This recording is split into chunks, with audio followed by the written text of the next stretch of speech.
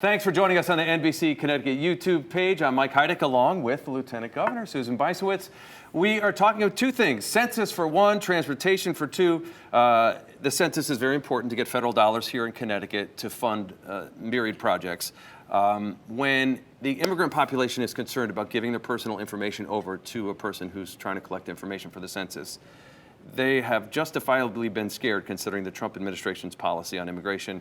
How can you reassure them that it'll be okay if they give information? It is really important to know that it is safe and important to fill out the census because there is over $11 billion that comes from the federal government to the state of Connecticut for important programs like Medicaid, like SNAP, like the federal school lunch program, and it's very safe. The federal law protects people's personal information, and the NAACP, Latino groups, immigrant rights activist groups, and many others support the efforts of the census takers, and it's really important to get that message out. What kind of information will they give in a situation like that? Somebody comes to their door and you're like, ooh, there's somebody with an iPad at my door. I'm a little scared. What happens? That's right. Very simple. It's only how many people live in the home, the genders, the racial background of the people who live there. Simple. And you could probably fill it out in less than a minute.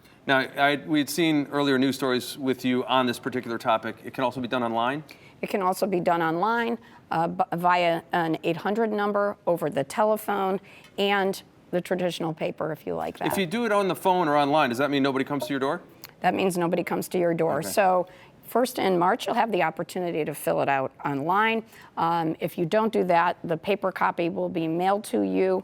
And if you don't fill out by phone or online, someone will come knocking at your door in May or June. So among the other things, the programs we mentioned, SNAP and some of the after-school programs that could be Medicaid right. and could be funded from this.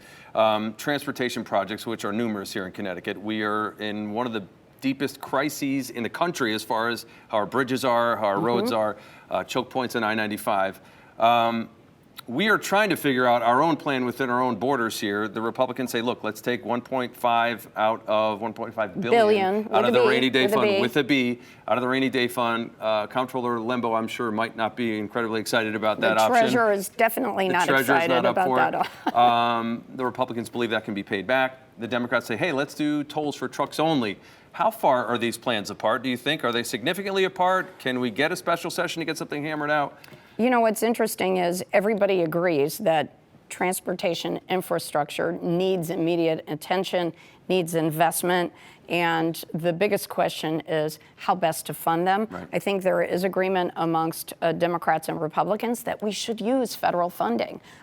It's there, it's low interest, it's very cheap, especially compared to, issuing bonded debt in the private debt market. There's a threshold we have to get up to get that 2% federal loan, right? We have to.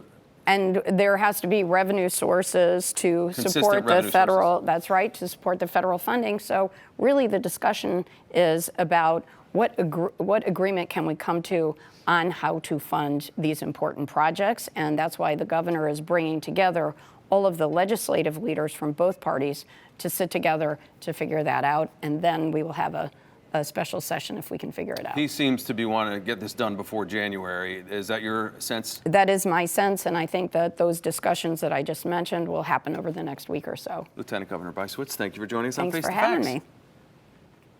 This is Face the Facts with NBC Connecticut.